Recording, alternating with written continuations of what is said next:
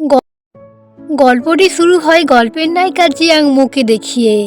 জিয়াংমু এবং ওর মা কদিন আগেই এই নতুন বাড়িতে শিফট হয়েছে, কিন্তু জিয়াংমুয়ের এখানে একদম ভালো লাগছিল না, কারণ ও ওর ভাইকে এবং ওর বাবাকে অনেক মিস করছিল, যারা এখন থাইল্যান্ডে রয়েছে। ওর মা ওকে বোঝাচ্ছিল যে তোমার ভাই এবং তোমার বাবা তোমাকে ভুলে গিয়ে অনেক ভালো রয়েছে। আর জিয়াংমুকে ওর মা আর একটি সত্যি কথাও বলেছে, তোমার ভাই তোমার নিজের ভাই নয়, ওকে অ্যাডপ্ট করা হয়েছিল।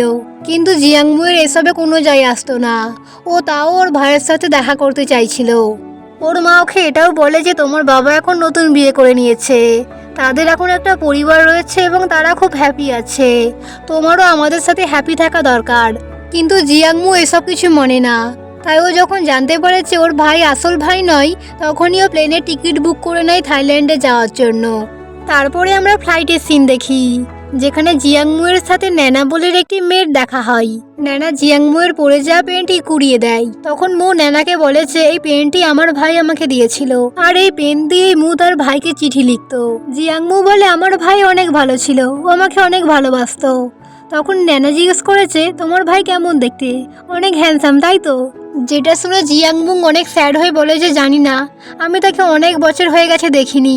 দেন জিয়াংমু ভাবে যে ওর ভাই ওকে প্রমিস করেছিল যে ওরা সেপারেট হয়ে যাওয়ার পর ওর ভাই ওর সাথে দেখা করতে আসবে, কিন্তু এত বছর কেটে যাওয়ার পর ওর ভাই ওর সাথে দেখা করতে আসেনি। এদিকে আমরা জিনজাওকে দেখি, যে একটি বক্সিং ক্লাবের মেম্বার ছিল, আর জিন এভাবেই এদিক ওদিক কাজ করে কিছু টাকা কামিয়ে নিত, কারণ ওর কাছে ঠিকঠাক কোনো কাজ ছিল না, আর এখনও বক্সিং ক্লাবে ফাইট করছিল। তখনই ওর কাছে ওর বাবার কল আসে। ওর বাবাকে বলেছে তোমার বোন তোমাকে খুঁজতে খুঁজতে থাইল্যান্ডে চলে এসেছে, তো তুমি তাকে এয়ারপোর্ট থেকে রিসিভ করো। যেটা শুনে জিং মিররে তার মুখ দেখে আর ভাবেছে আমি এই ঘায়েল অবস্থায় জিয়াংমুয়ের সাথে দেখা করতে যাব। তারপরে আমরা এয়ারপোর্টের সিন দেখি, যেখানে জিন চলে এসেছিল জিয়াংমুকে রিসিভ করার জন্য। ওরা দুজনেই একে অপরকে অনেক বছর পর দেখছে। জিয়াংমু ওর চেহারায় এত কাটা চিহ্ন দেখে টেনশন করছিল যে জিন কি সারাক্ষণ ফাইট করে নাকি। তখনই জিনের কাছে জিনের একটি বন্ধু আসে, যে জিনকে সব জায়গায় নিয়ে যেত ফাইট করানোর জন্য, কিন্তু জিন তাকে যাবার জন্য আজ না করে দেয়। তারপরে গাড়িতে জিয়াংমু জিনকে জিজ্ঞেস করেছে তুমি কি ইউনিভার্সিটি বা হাই স্কুলে পড়োনি? তখন জিন বলে না, আমি মিডিল স্কুল পড়ার পর ড্রপ করে দিয়েছিলাম পড়াশোনা। তখন জিয়াংমু বলে কিন্তু কেন, তুমি তো পড়াশোনায় অনেক ভালো ছিলে এবং আগে বলতে যে মাস্টারি করে একটি ভালো কাজ করবে, সেটার কি হলো? যেটার উত্তরে জিন কিছু না বলে গাড়ি থামিয়ে একটি স্টোরে যায় জুস কেনার জন্য।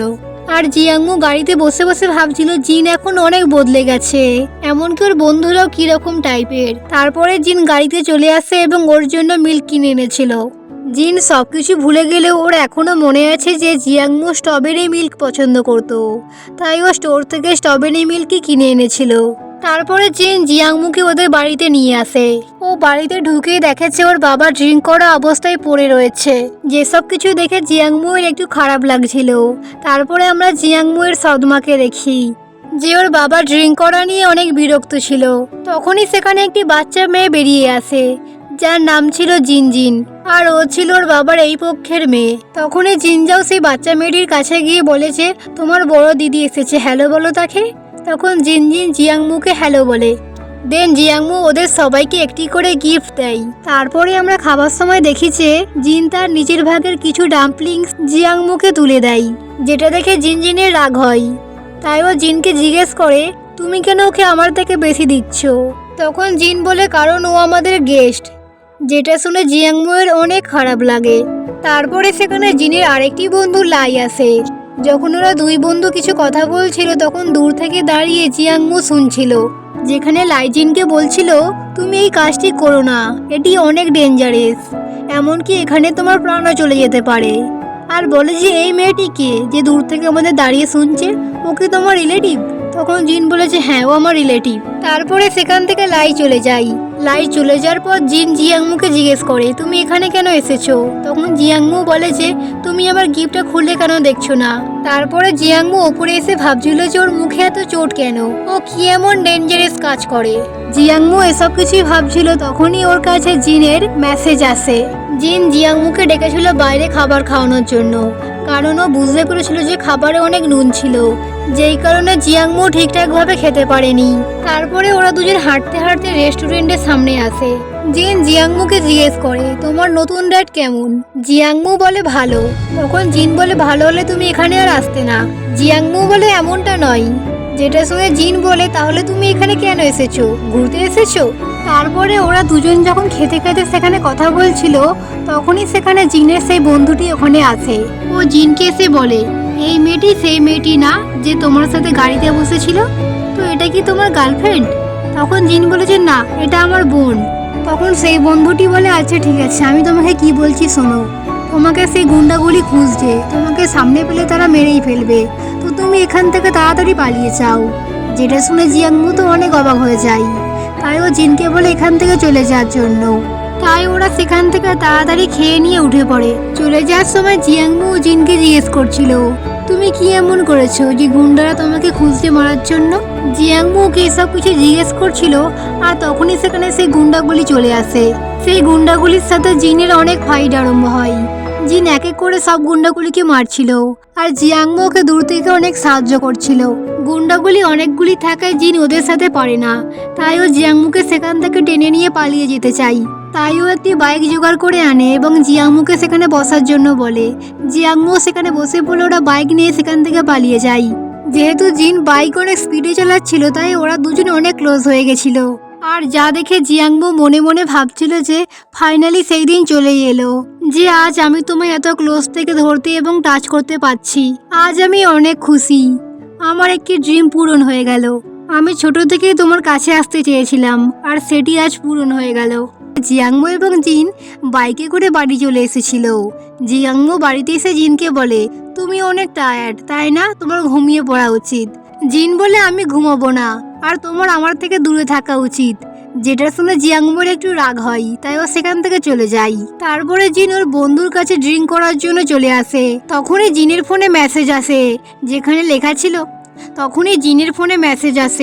যেখানে লেখা ছিল তোমার বাবাকে কিডন্যাপ করা হয়েছে, তো তুমি টাকা নিয়ে সেখানে চলে এসো। আসলে জিনের বাবাকে নানা বলে একটি মেয়ে কিডন্যাপ করেছিল। দেন সেখানে জিন চলে আসে। জিন বলে, এ নাও টাকা, আর আমার বাবাকে ছেড়ে দাও, আর আমি বাকি টাকা পরে শোধ করে দেবো। যেটা শুনে আমরা বুঝতে পারি যে জিনের বাবা জুয়া খেলতে গিয়ে অনেক টাকা লস করেছে, আর সেই টাকা নানা এবং নানার বাবার কাছ থেকে ধার নিয়েছিল, যেই কারণে নানা তার বাবাকে কিডন্যাপ করেছে। নানা জিনকে ভেতরে ডেকে বলেছে, আমি তোমার কাছ থেকে কোনো টাকা নেব না, সব টাকা মাফ করে দেবো, তুমি শুধু আমার সাথে একবার ডেটে চলো। আর তখনই জিনের ফোনে জিয়াংমুর মেসেজ আসে। ও জিনকে লিখেছিল, তুমি কি ঘুমিয়ে পড়েছো না এখনো জেগে আছো? যেই মেসেজটি পড়ার পর জিন নানাকে না করে দেয় ডেটে যাওয়ার জন্য, আর সেখান থেকে চলে যাচ্ছিল। তখন নানা বলে যে, তোমার বাবাকে নিয়ে যাও, তোমার বাবার সাথে আমি কি করব? তখন জিন বলে, উনি আমার আসল বাবা নয়, তো তোমার যা ইচ্ছা তাই করে নাও। এটা বলেই জিন সেখান থেকে চলে যায়। এদিকে আমরা জিয়াংমুকে দেখি যে জিনের জন্য ওয়েট করছিল, আর ওয়েট করতে করতে সকাল হয়ে যায়। তারপরে জিয়াংমু জিনের সৎমায়ের কাছে আসে, যে ওদের জন্য খাবার বানাচ্ছিল। জিয়াংমু তার মাকে জিজ্ঞেস করে, জিন কখন বাড়ি আসবে? তখন জিয়াংমু বলে যে, কেন? জিন কেন আসবে? জিন তো এখন আসে না, জিন শুধু মাঝে মাঝে বাড়ি ফেরে, বাকি সময় বাইরেই থাকে।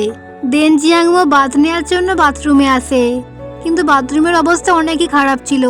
আর জিয়াংমু যখন শাওয়ার নিতে যায়, তখন শাওয়ারটি ভেঙে যায়। দেন জিনের মা জিনকে কল করে বাড়িতে এসে শাওয়ারটি ঠিক করার জন্য। তারপরে জিন বাড়িতে চলে এসে শাওয়ারটি ঠিক করছিল। জিন যখন শাওয়ারটি ঠিক করছিল, তখন জিয়াংমু একভাবে ওর দিকে তাকিয়েছিল, আর মনে মনে ভাবছিল, জিন তো আমার ভাই হয়, কিন্তু জিনকে দেখলে আমার একটু অন্যরকম ফিল হয় কেন? জিন অনেক চেষ্টা করে, কিন্তু তারপরেও সেই শাওয়ারটিকে ঠিক করতে পারে না।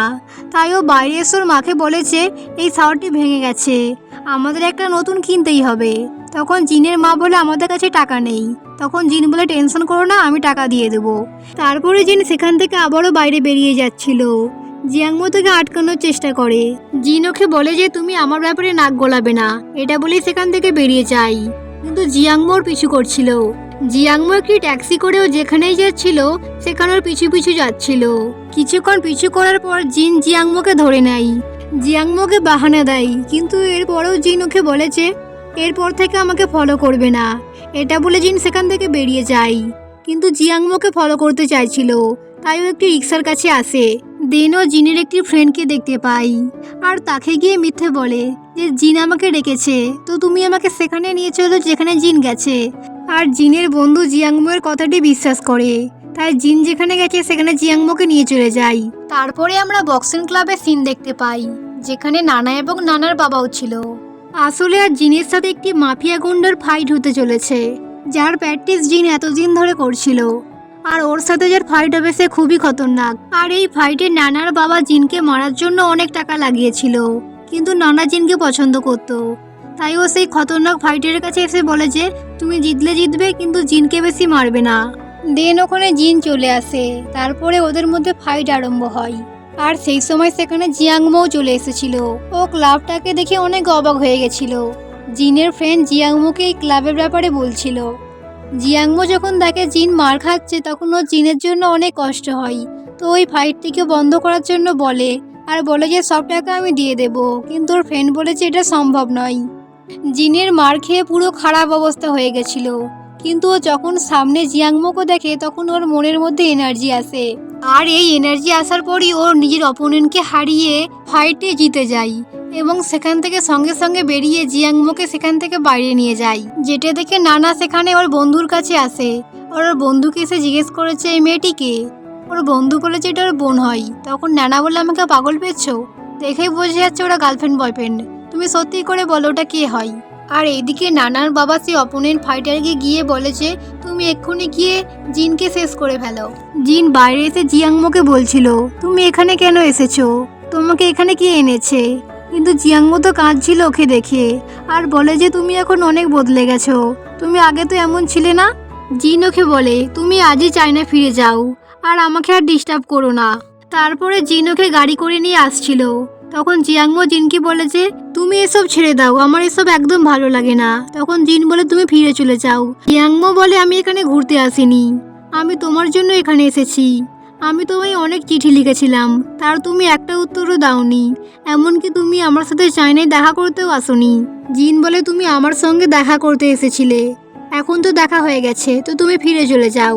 জিয়াংমো কাঁদতে কাঁদতে অনেক কিছু বলছিল আমি তোমাকে অনেক মিস করেছি এত বছর। আরও কাঁদতে কাঁদতে বলে যখন তুমি চাও না তখন আমি ফিরে চলে যাবো চায়নায় আবার। ওরা দুজন এসব কিছুই বলছিল, তখনই পেছন থেকে একটি গাড়ি এসে ওদের ফলো করছিল। যেটা বুঝতে পেরে জিন জিয়াংমোকে বলে গাড়িটি চেপে ধরো, আর তারপরে জিন গাড়ির স্পিড বাড়িয়ে দেয়। আর যে গুন্ডাগুলো ওদের গাড়ি ফলো করছিল তাকে নানার বাবাই পাঠিয়েছিল ওদের মারার জন্য। তারপরে আমরা কিছু পেছনের সিন দেখি। জিয়াংমো যখন প্রথমবার এসে জিনকে এই পেনটি গিফট করেছিল, এই পেনটি দেখার পর জিন অনেক খুশি হয়েছিল, কিন্তু জিয়াংমোকে কিছু বলেনি। জিনের অপোজিট ফাইটার জিনকে মারার জন্য গাড়ি নিয়ে এসেছিল। ওরা অনেকক্ষণ ধরে জিনের গাড়িকে ফলো করছিল, আর এই ব্যাপারটি জিন নোটিস করে নিয়েছিল, তাই ওর নিজের গাড়ির স্পিড অনেক বাড়িয়ে দিয়েছিল। আসলে জিন আগে কার রেসিং করতো, যেই কারণে ওর গাড়ির নলেজ অনেক আছে। তারপরে আমরা প্রেজেন্টের সিনে দেখি যে জিন জিয়াংমোকে একটি লোকেশন খুলে ওর ফোনটি দিয়ে দেয়, আর ওকে বলে তুমি শুধু আমার ডাইরেকশন বলবে। আর জিয়াংমো জিনের কথা মতোই ওকে ডাইরেকশন বলছিল। জিন তার গাড়ির স্পিড বাড়িয়ে সেই রাস্তা থেকে বেরিয়ে যায়, আর একটি জায়গায় চলে আসে যেখানে অলরেডি আগে থেকে 3টি কারের রেসিং হচ্ছিল, আর ও সেখানে ঢুকে যায়। আর যাই হোক করে জিন কার রেসিং জিতেও যায়। দেন জিন একটি ডাইরেকশনে পৌঁছানোর পর গাড়ি থেকে হাফ বেরিয়ে একটি পোল থেকে একটি ব্যাগ নিয়ে নেয়। তারপর ও জিয়াংমোকে নিয়ে একটি ওয়্যার হাউসে পৌঁছায়। গাড়ি থেকে জিন যখন নামে তখন কার রেসিং এর ওনার বলেছে তুমি তো আজ আসবে না বলেছিলে, তো আজ এলে। তখন জিন বলে আমি ভুল করে রেসিংয়ে ঢুকে গিয়েছিলাম, আর আমি জিতেও গেলাম। তারপরে জিয়াংমো যখন গাড়ি থেকে বেরিয়ে আসে তখন ওনার বলেছে তুমি বাড়ির লোককে কেন এনেছো, আমি তোমায় বারবার বারণ করে দিয়েছিলাম যে বাইরের কাউকে আনবে না। তখন জিন বলে বাইরের কেউ নয়, এ আমার গার্লফ্রেন্ড, আমি প্রতিদিন রাতে ফিরি তাই প্রতিদিনই ঝগড়া হয়, তাই ওকে আমি আজ সঙ্গে করে নিয়ে এসেছি। এটা শুনে রেসিং ওনার ওর কথা বিশ্বাস করে নেয়। রেসিং ওনার বলে তুমি গার্লফ্রেন্ড বানিয়ে নিয়েছো, এটা অনেক অবিশ্বাস্য।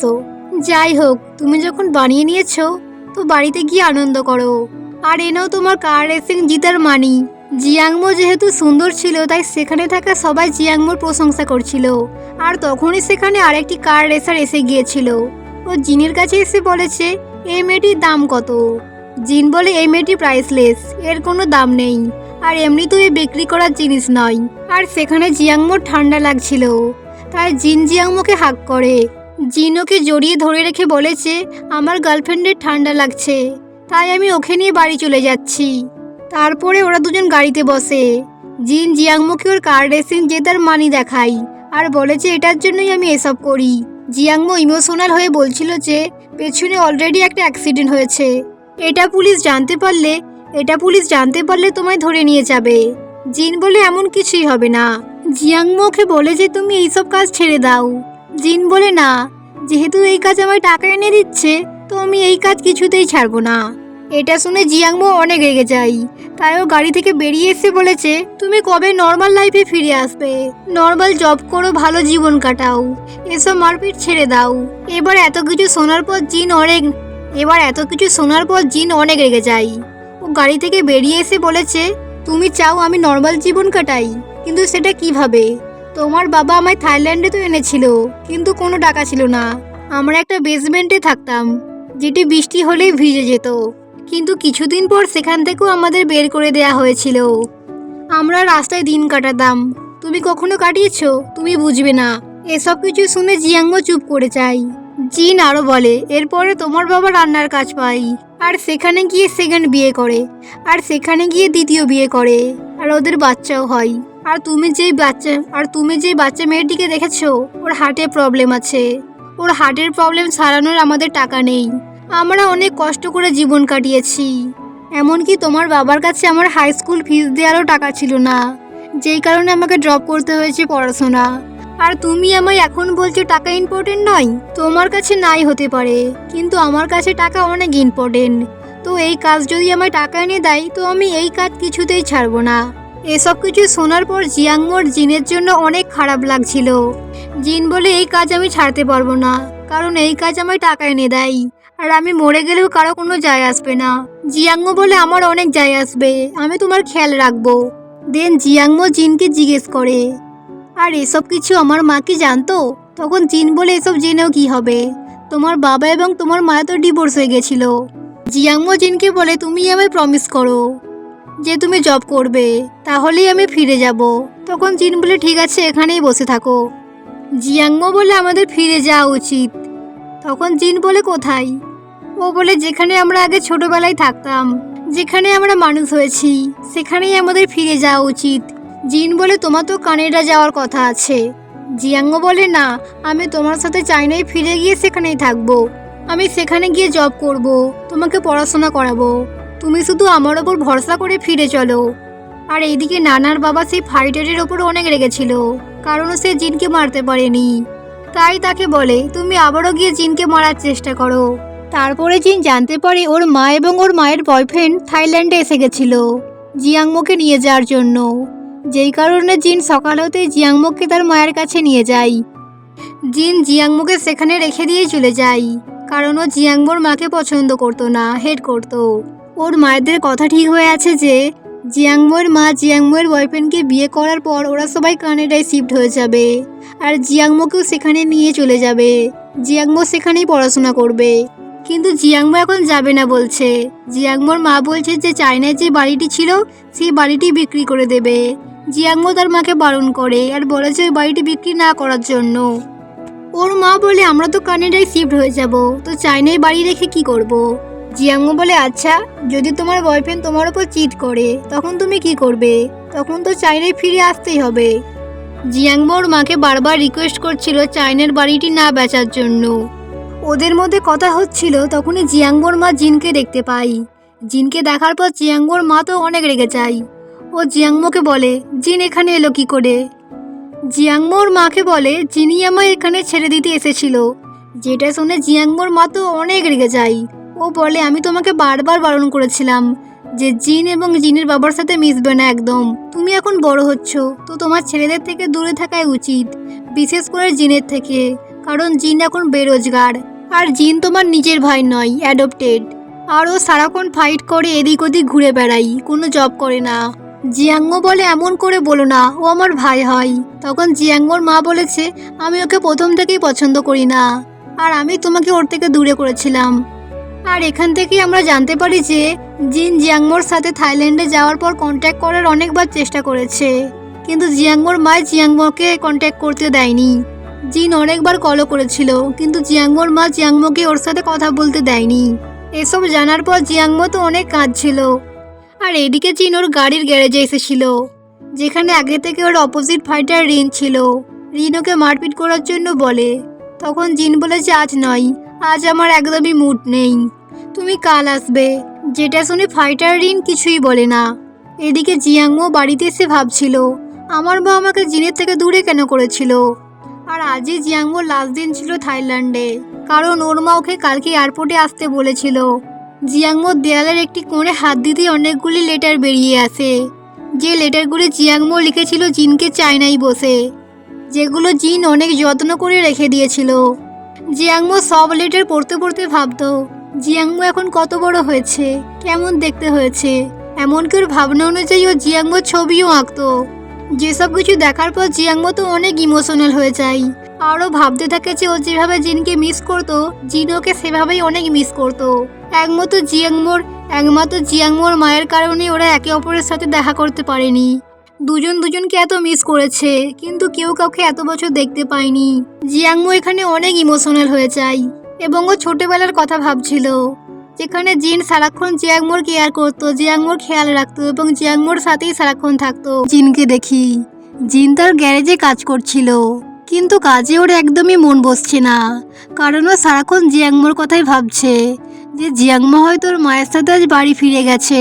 আর এদিকে এয়ারপোর্টে জিয়াংমোর মা এবং তার বয়ফ্রেন্ড ওয়েট করছিল জিয়াংমোর জন্য, কিন্তু জিয়াংমো সেখানে আসে না। জিয়াংমো রুমে বসে কাঁদছিল, তখনই তার কাছে জিনজিন আসে।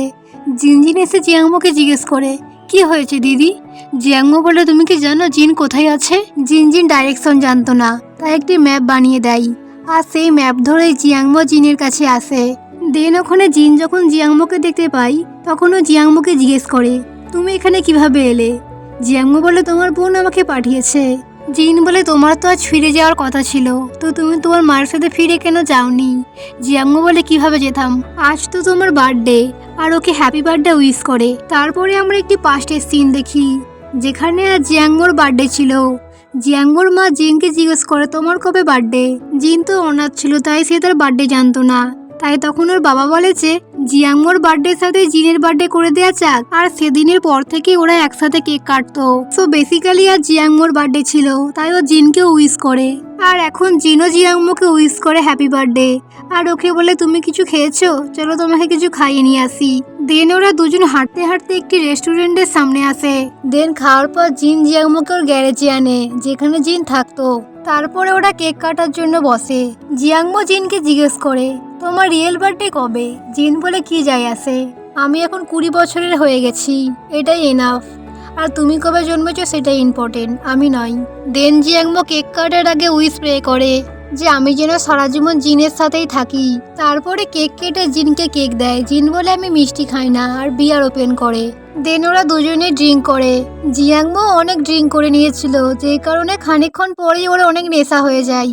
আর নেশা অবস্থায় জিয়াংমো বলছিল যে আমার মা ওই আঙ্কেলটার মধ্যে কি দেখলো কি জানি, যে ওকে বয়ফ্রেন্ড বানিয়ে নিল, আর তার সাথে শিফট হওয়ার জন্য ক্যানাডাও চলে যাচ্ছে, আর আমাকেও নিয়ে যাবে বলছে।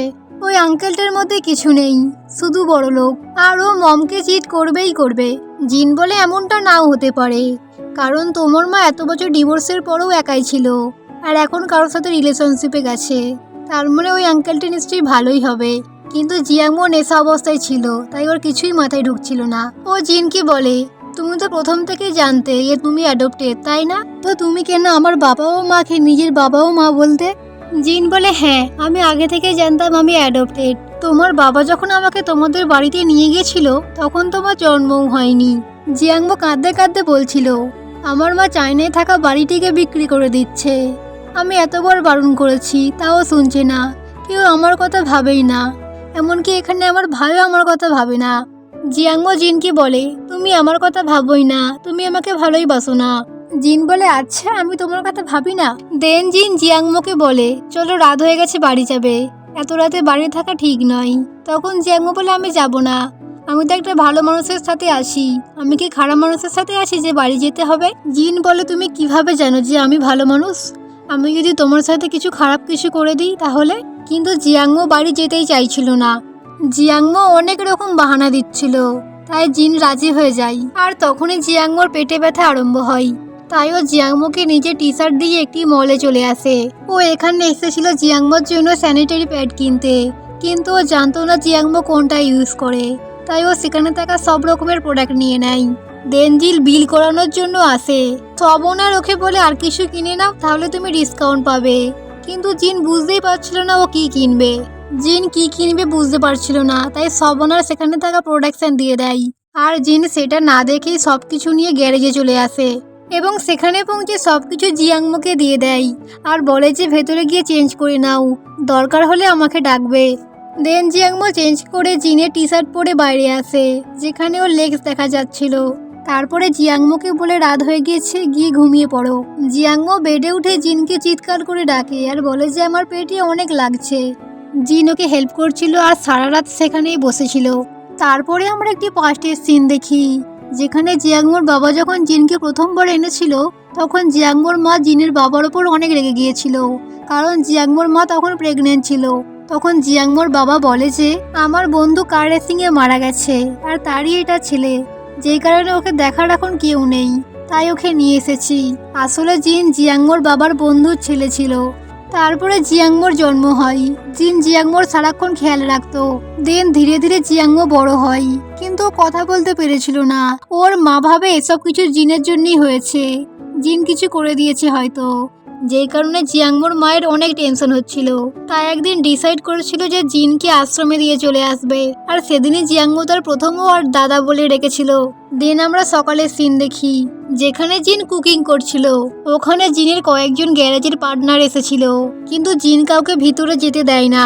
ওরা দুজনেই কনফিউজ ছিল যে ভেতরে কে এসেছে, কারণ জিন আজ পর্যন্ত কাউকে ভিতরে যেতে দেয়নি। তখনই জিন ঘুম থেকে উঠে বাইরে আসে।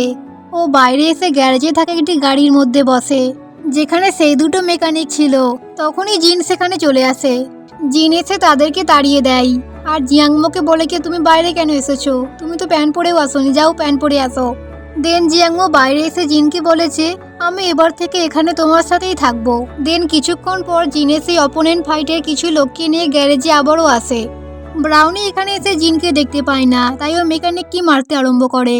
আর এসব কিছুর ভিডিও জিয়াংমো বানাচ্ছিল, যেটা যখন ব্রাউনি দেখে ও জিয়াংমোকে ধরে নেয় আর ফোনটি কাড়ার চেষ্টা করে।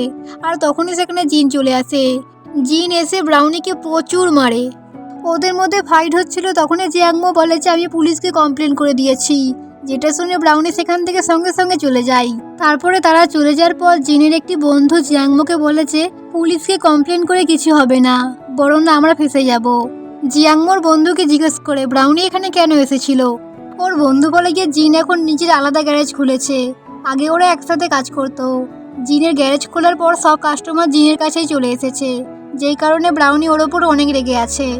তারপরে জিয়াংমো আসে জিনকে হেল্প করার জন্য, কিন্তু কিছুই করতে পারছিল না, কারণ সব জিনিসপত্র অনেক ভারী ছিল, যা দেখে জিন ওকে হালকা কাজ দেয়। জিয়াংমো সেটাই করছিল, কিন্তু বেশিরভাগ সময়ও জিনের দিকেই তাকিয়েছিল। এদিকে আমরা রেসন আর লিনকে দেখতে পাই, যে একটি পিঙ্ক কালার গাড়ির ছবি দেখছিল আর ভাবছিল যে এই গাড়িটি কিভাবে জিতলো। ও গাড়িটি দেখে ভাবছিল যে এই গাড়িটি এখানে এলো কি করে, কারণ এটা রেসিং কার ছিল, তাই ও গাড়িটি দেখার জন্য সেখানে আসে। আরও এখানে এসে জানতে পারে যে এই গাড়িটি আর কারণ নয়, লায়ের ছিল। লাই একটা ছোট শপ চালাতো, তাই লিন ওকে জিজ্ঞেস করে তোমার কাছে তো পাওয়ারফুল গাড়ি এলো কি করে, তুমি কি কার রেসিং করো লাই? লাই বলে না না, আমি এমন কোনো কাজ করি না। তখন রিন ওকে জিজ্ঞেস করে তো তুমি শনিবার রাতে কোথায় ছিলে? রিন বলে আমি কালকের কথাই ভুলে যাই, আবার শনিবার, আমার কিছুই মনে নেই। লিন ভালো করেই বুঝতে পারে সেদিন যেই গাড়িটি নিয়ে কার রেস জিতেছিল আর এই গাড়িটি একই। তো লিন লাইকে একটি ফটো দেখিয়ে জিজ্ঞেস করে তুমি কে কে জানো? লাই বলে আমি কাউকে চিনি না। এরপরে লাই সেখান থেকে চলে যায় এবং জিনকে এসে বলে দেয় যে লিন তোমাকে খুঁজিয়ে তোমার টুপির সাহায্য নিয়ে, কারণ ও তোমাকে শনিবার রাতে দেখে নিয়েছিল রেসিং করতে। দেন জিন লাইকে নিয়ে যায় কার রেসিং শেখানোর জন্য। লাই সেখানে এসে মেয়েদের সাথে ফ্লার্ট করার চেষ্টা করছিল, কিন্তু মেয়েগুলির মজা উড়িয়ে বলেছে রাতে কে সানগ্লাস পরে, তাই লজ্জায় লাই সেখান থেকে পালিয়ে আসে। দেন আমরা ফ্লাইটে যে মেয়েটিকে দেখেছিলাম তাকে দেখতে পাই, তার কাছে নানা এসেছিল। ন্যানা অ্যাস্ট্রোলজার টাইপের ছিল, তাই ন্যানার কাছে নানা এসেছিল। নানা ওকে হাত দেখিয়ে বলেছে ভালো করে দেখো, আমি যাকে পছন্দ করি তাকে কি আমি পাবো? ন্যানা বলে হ্যাঁ হ্যাঁ করবে, তোমার হাতে মূল লেখা আছে। ও বলে মূল লেখা আছে মানে? আমরা কি মুন দেখতে দেখতে নাইট স্পেন্ড করব? ওর এই কথা শুনে সেখানে থাকা সবাই হাসছিল। পরের দিন জিয়াংমো ন্যানার সাথে স্কুল এসেছিল। ওদের দুজনের ফ্লাইটে দেখা হওয়ার পর থেকে বন্ধুত্ব হয়ে গেছিল। স্কুলের বোর্ডে জিনের অনেক বড় পোস্টার লাগানো ছিল, যেটা দেখে জিয়াংমো অনেক খুশি হচ্ছিল। ন্যানা যখন দেখে জিয়াংমো স্মাইল করছে, তখনও বলেছে, ও সান তুমি মুন, তোমরা সারা জীবন একসাথে থাকবে।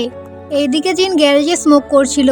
তার কাছে জিয়াংমো এসে বলে, তুমি স্মোকিং করো, তাহলে আমিও করব। কিন্তু জিন ওকে না করে দেয়, যেই কারণে জিয়াংমো লাইটারে লাথি মেরে দেয়। আর জিনকে বলে, আমি এখন অনেক বড় ফাইটার হয়ে গেছি। জিন বলে, তুমি আমার সামনে এমন কিছুই নয়। জিয়াংমো বলে, আমি তো মেয়ে, তুমি আমাকে মারতেই পারবে না। জিন বলে, আচ্ছা তুমি আমাকে এত ভালো ভাবো? তুমি যতটা ভালো ভাবো আমায়, তার থেকে আমি ডবল খারাপ। আর 2 বছর আগে আমি এর থেকে আরও খারাপ ছিলাম। তখন তুমি এটা করলে আমি তোমায় মার্ডার করে দিতাম। জিন বলে, আমি তোমাকে এবার থেকে ভাইয়া নয়, জিন বলেই ডাকবো। দেন জিয়াংমো যখন ভেতরে চেঞ্জ করার জন্য আসে, তখন ও ভেতরে এসে প্রোডাকশন দেখতে পাই, যেটা দেখে জিয়াংমো তো অনেক শকড হয়ে যায়। ও বাইরে এসে জিনের সাথে কথা না বলেই লাইয়ের সাথে গাড়িতে এসে বসে পড়ে এবং গাড়িতে বসে বসে অনেক কিছু ওভার থিঙ্কিং করছিল। ও ভাবছিল, ও কি এটা আমাদের জন্য এনেছিল নাকি ওর গার্লফ্রেন্ড আছে। জিয়াংমো ভাবে ওর হয়তো গার্লফ্রেন্ড রয়েছে, তাই ও লাইকে জিজ্ঞেস করে। লাই বলে, আমি জানি না, আমায় কোনোদিন বলেনি, কিন্তু থাকতেই পারে, কারণ ওর সাথে যখন কয়েক বছর আগে মার্কেটে গিয়েছিলাম তখন ও প্রোডাকশন কিনেছিল, হয়তো আছে। দেন আমরা জিনকে দেখেছি একটি জায়গায় এসেছিল এবং কাউকে বলছিল, আমাদের হাতে একটু 2 মাস টাইম আছে। যেসব কিছু শুনে আমরা বুঝতেই পারছিলাম যে জিন হয়তো কিছু ইল্লিগাল কাজ করছে, কিন্তু কি কাজ তা আমরা জানতে পারি না। লাই এবং জিয়াংমো রেসিং ট্র্যাকে পৌঁছে গিয়েছিল। ওরা দুজনে জিনের রেকর্ড শুনে কার রেসিং করা শিখছিল, কিন্তু রেকর্ড শোনার পরও লাই ঠিকভাবে করতে পারছিল না। তখন জিয়াংমো বলে, আমাকে একবার দাও, আমি একবার ট্রাই করি। জিয়াংমো বলে, আমি ছোটবেলায় আমার বাবার কাছ থেকে শিখেছিলাম। আর জিয়াংমো সত্যি ওর বাবার কথা মনে করে করে ঠিকভাবে রেসিং করতে পারে। আর লায়োকে ড্রাইভ করতে দেখে অনেক ইন্সপায়ার হয়। দেন ওখানে ন্যানা আসে জিয়াংমোকে নিয়ে যাওয়ার জন্য। চলো তোমায় এক জায়গায় নিয়ে যাই, যেখানে অনেক সুন্দর সুন্দর গাড়ি আছে এবং ওখানে অনেক হ্যান্ডসাম ছেলে আছে। সেখানে তোমার একটা বয়ফ্রেন্ড বানিয়ে দেব। এটা বলে জিয়াংমোকে সেখানে নিয়ে আসে। জিয়াংমো ওখানে গিয়ে দেখে সেখানে পার্টি চলছে, অনেক দামি গাড়ি রয়েছে এবং অনেক হ্যান্ডসাম ছেলেও রয়েছে। এসব কিছু দেখে জিয়াংমো অনেক হ্যাপি এবং শকড হয়। আর এইদিকে লাই যখন গাড়ি নিয়ে ফিরে আসছে, তখন জিন এসে বলে, জিয়াংমো কোথায়? লাই বলে, জিয়াংমো তো ন্যানার সাথে একটি পার্টিতে গেছে। যেটা শুনে জিনে তো জিয়াংমোর জন্য অনেক টেনশন হচ্ছিল। ও জিয়াংমোকে কলও করে, কিন্তু জিয়াংমো রিসিভ করেনি। আর এদিকের পার্টিতে ন্যানা ভেবে রেখেছিল যে জিয়াংমোর আজ বয়ফ্রেন্ড বানিয়েই ছাড়বে ও জিয়াংমোকে জিজ্ঞেস করে, এখানের মধ্যে কাকে পছন্দ হয়েছে? জিয়াংমো বলে, কাউকে নয়, আমার এখানের মধ্যে কাউকেই খুব একটা পছন্দ হয়নি। যেটা শুনে ন্যানা বলে, তুমি জিনকে পছন্দ করো তাই না? জিয়াংমো বলে, আরে না না, ও তো অনেক আজব। জিয়াংমো ন্যানাকে বলে, জিনের হয়তো গার্লফ্রেন্ড রয়েছে, কারণ ওর ব্যাগে আমি একটি প্রোডাকশন দেখেছিলাম, তার মানে ও কারোর সাথে কিছু করতে চাই। ন্যানা বলে, ও হয়তো অন্য কারোর জন্য এনেছে। জিয়াংমো বলে, তাহলেও ওর তো আমায় কিছু বলা দরকার ছিল, কিন্তু আমায় কিছু জানায়নি। আর এমনিও ও আমায় বোন ভাবে, আমি যদি ওকে প্রপোজও করি তো ও আমায় রিজেক্ট করে দেবে। জিয়াংমো এটা বলে অনেক স্যাড হয়ে যায়। যা দেখে ন্যানা ওকে একটি আইডিয়া দেয়, তুমি জিনের সাথে একটি ফাঁকা জায়গায় কথা বলো, আর না হলে তুমি এমন করো, তুমি অন্য একটি ছেলের ক্লোজ গিয়ে দেখো, ও যদি তোমায় পছন্দ করে তাহলে ও অনেক জেলাস হবে। এদিকে জিন তো জিয়াংমোকে মেসেজ করেই যাচ্ছিল। ন্যানা বলে, রিপ্লাই দাও না, এটাই তো মজা, চলো তোমার জন্য একটি ছেলে খুঁজি। ওরা একটি ছেলেকে দেখতে পাই। ছেলেটি অনেক হ্যান্ডসাম হলেও ছেলেটি প্লেবয় ছিল এবং খুবই খারাপ। ওরা দুজন এসব কথা বলছিল, তখনই এন্ট্রি হয় লিনের। লিন ন্যানার কাজিন ছিল, আর ওরই আজকে বার্থডে পার্টি ছিল। ন্যানা জিয়াংমোকে বলে, লিন আসতেই তুমি ওর কাছে যাবে, আর আমি তোমাদের দুজনের ফটো তুলে জিনকে পাঠিয়ে দেব। আর ওদের প্ল্যান অনুযায়ী ও সেটাই করে। ওদের দুজনের ফটো তুলে আর সেই ফটোটি জিনকে পাঠিয়ে দেয়। আর ছবিটি দেখে জিন সত্যিকারের অনেক জেলাস হয়ে যায়। তাই ও গাড়ি নিয়ে বেরিয়ে পড়ে জিয়াংমোকে খোঁজার জন্য। ন্যানা এবং জিয়াংমো পার্টি এনজয় করছিল, তখনই ওদের কাছে সেই প্লে বয় ছেলেটি আসে। ও জিয়াংমোকে এসে বলে, তুমি সেই মেয়ে না যে জিনের সাথে সেদিন রেসিং কারে ছিলে? আসলে এই ছেলেটি সে যে জিয়াংমোকে সেদিন রাতে কিনতে চাইছিল। ও এখন জিয়াংমোকে এসে বলে, আমি জানি তুমি জিনের গার্লফ্রেন্ড নয়, আর জিনের তো গার্লফ্রেন্ডও রয়েছে, আর আমি জিনের অনেক সিক্রেট জানি। তো তুমি আমার সাথে ড্রিঙ্ক করলে আমি তোমাকে সব বলে দেব। ছেলেটি ড্রিঙ্কের মধ্যে কিছু একটা মিশিয়ে জিয়াংমোকে দেয়, আর জিয়াংমো না দেখেই সেটা খেয়েও নেয়। দেন জিয়াংমো ওকে জিনের গার্লফ্রেন্ডের ব্যাপারে জিজ্ঞেস করছিল, আর তখনই জিয়াংমোর মাথা ঘুরতে আরম্ভ করে, আর ও সোজা লিনের ওপর পড়ে যায়। আর এইদিকে জিন পার্টিতে চলে এসেছিল এবং চারিদিকে জিয়াংমোকে খুঁজছিল, কিন্তু জিয়াংমোকে দেখতে পায় না। দেন ও ন্যানাকে দেখতে পায়। এরপর ন্যানা ও দুজনে মিলে জিয়াংমোকে খুঁজছিল। ওদিকে লিন জিয়াংমোকে কোলে নিয়ে নিজের বাড়ি চলে গিয়েছিল। ও বাড়ি পৌঁছে জিয়াংমোকে সোফায় রাখে, আর তখনই সেখানে জিন চলে আসে। আর জিন তো লিনকে জিয়াংমোর সাথে দেখে অনেক রেগে যায়। ও লিনকে মারতে আরম্ভ করে, আর ওদের দুজনের মধ্যে অনেক ফাইট হয়। দেন জিয়াংমোর জ্ঞান ফিরে। ও জিনকে বলে, লিন আমায় কিছু করেনি, কেউ অন্য কিছু আমায় খাইয়ে দিয়েছিল। জিন নোটিস করে জিয়াংমোর অ্যালার্জি হয়ে গেছে, তাই ও জিয়াংমোকে নিয়ে সঙ্গে সঙ্গে হসপিটালে চলে আসে। জিয়াংমোর ডক্টর দেখানো হয়ে যায়, কিন্তু ওকে আজ রাতে হসপিটালেই থাকতে হবে। দেন জিয়াংমোর ড্রেস চেঞ্জ করে হসপিটাল বেডে শিফট করে দেয়া হয়। তারপর ন্যানা ওকে বাই বলে সেখান থেকে চলে যায়। জিয়াংমো মনে মনে ভাবছিল জিন হয়তো এবার ওকে বকবে, কিন্তু জিন ওকে কিছুই বলে না। তাই ও নিজেই জিনকে বলতে আরম্ভ করে, লিন অনেক হ্যান্ডসাম এবং অনেক ভালো, আর ওই তো আমাকে বাঁচালো আজ। কিন্তু জিন ওকে কিছুই বলে না, ওকে বলে তোমার খিদে পেয়েছে, তুমি খাবে। যেটা শুনে জিয়াংমো রাগ হয়ে যায়, আর ও ভাবে যে হয়তো ও জেলাসি হচ্ছে না। জিন তো মনে মনে অনেক আফসোস করছিল যে হয়তো ওর জন্য এসব হয়েছে, আর ওর জন্য জিয়াংমোর আজ শরীর খারাপ। তারপরে জিয়াংমোর মাথায় ন্যানার বলা একটি আইডিয়া আসে। তুমি আজ কার সাথে দেখা করতে বেরিয়েছিলে? তোমার কি গার্লফ্রেন্ড রয়েছে? জিন বলে, তোমার মাথায় এসব কিছু কে ঢুকিয়েছে? ও বলে, তুমি একটি মেয়ের সঙ্গে দেখা করতে গিয়েছিলে, তাই না? আমি জানি। জিন বলে, না তো, আমি তো একটি ছেলের সাথে দেখা করতে গিয়েছিলাম। যেটা শুনে জিয়াংমো তো অনেক হ্যাপি হয়ে যায়। জিয়াংমো বলে, সত্যি? তাহলে তো আমি অনেক খুশি। এখন আমার খিদে পেয়েছে, আমাকে একটি অ্যাপেল দাও। আর জিন সেটাই করে। তখনই সেখানে লাই আসে। লাই দূর থেকে দেখে অন্য কিছু ভেবে নেয়। ও ভাবে ওরা দুজন হয়তো কিস করছে। লাই জিনকে বাইরে এনে বলে, তোমরা দুজন কি করছিলে? জিন বলে, কি করছিলাম আবার? তাকে আপেল খাচ্ছিলাম। ও বলে, দেখে তো অন্য কিছুই মনে হচ্ছিল। দেন জিন লাইকে জিজ্ঞেস করে, ও আমার গার্লফ্রেন্ডের ব্যাপারে জিজ্ঞেস করছে কেন? তুমি ওকে কি বলেছো? লাই বলে, আমি বলেছি তোমার গার্লফ্রেন্ড রয়েছে। যেটা শুনে জিয়াংমো তোর ওপর অনেক রেগে যায়। আমার তো কোনো গার্লফ্রেন্ডই নেই, তুমি মিথ্যে বলেছো কেন? তারপর জিয়াংমোর কাছে এসে বলে, আমার কোনো গার্লফ্রেন্ড নেই, আমি সিঙ্গেল। আর আমার বাড়ি মানে তোমার বাড়ি, তো তুমি সেখানে যতদিন পারো ততদিন থাকতে পারো। জিয়াংমো সেখানে আপেল খাচ্ছিল, তখনই সেখানে একটি স্টাফ চলে আসে। জিন সই করে সেই পেনটি দিয়ে, যেই পেনটি জিয়াংমোকে গিফট করেছিল। যেটা দেখে জিয়াংমো অনেক খুশি হয় যে জিন ওর দেয়া পেনটি রেখেছে। ওদিকে ন্যানা লিনের কাছে ক্ষমা চাই এত কিছু হওয়ার জন্য। ন্যানা বলে, জিয়াংমো অনেক ভালো মেয়ে, আর ওকে ছেলেটি কিছু খাইয়ে দিয়েছিল, যেই কারণে ওর অ্যালার্জি হয়ে গেছে। বাড়িতে জিয়াংমোর সৎমা জিয়াংমোর বাবাকে বলছিল, তোমারও হসপিটালে যাওয়া দরকার, কারণ জিয়াংমো তোমারও মেয়ে। জিয়াংমোর বাবা বলে, দরকার নেই, জিন সেখানে রয়েছে, জিন সব কিছু সামলে নেবে। তারপরে সকাল হয়ে যায়। জিন জিয়াংমোকে নিয়ে বাড়ি আসছিল, কিন্তু জিয়াংমো জেদ করছিল ওর সাথে থাকার জন্য। আমি তোমার সাথে গ্যারেজে থাকবো, কিন্তু জিন রাজি হচ্ছিল না, যেই কারণে ও জিনের ওপর অনেক রেগে যায়। ও জিনকে বলে, আমি তোমার থেকে কত ছোট, আর তুমি আমার খেয়াল রাখতেও চাইছো না। তুমি আমায় যেখানে নিয়ে যাচ্ছ সেখানে আমার বাবা অ্যালকোহলিক, সারাক্ষণ নেশা করে পড়ে থাকে, এমনকি মাও আমার নিজের নয়, স্টেপ মাদার। তো ওদের মাঝে আমি থাকবো কিভাবে? আমি আবার অসুস্থ হয়ে যাব। তুমি কি চাও আমি আবার হসপিটালে ভর্তি হই? এভাবে জিয়াংমো জিনকে এমন ইমোশনাল ব্ল্যাকমেল করে যে জিন বাধ্য হয়ে জিয়াংমোকে ওর গ্যারেজে নিয়ে আসে।